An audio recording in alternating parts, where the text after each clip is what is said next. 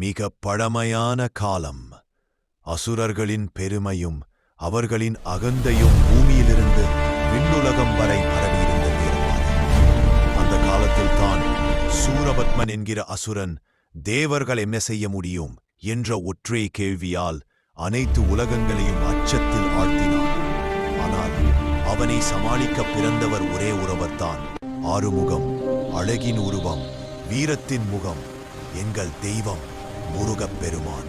சரவண பொய்கையில் பிறந்த அந்த தெய்வ குழந்தை தோற்றத்தில் இருந்தாலும் அவரது கண்ணில் இருந்த அறிவு தேவலோகத்தையே ஆச்சரியப்பட வைத்தது.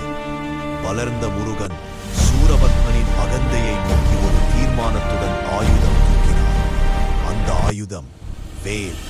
வெறும் உலோகம் இல்லை, அது அறிவின் வடிவம், அருளின் சக்தி, அன்பின் ஆயுதம்.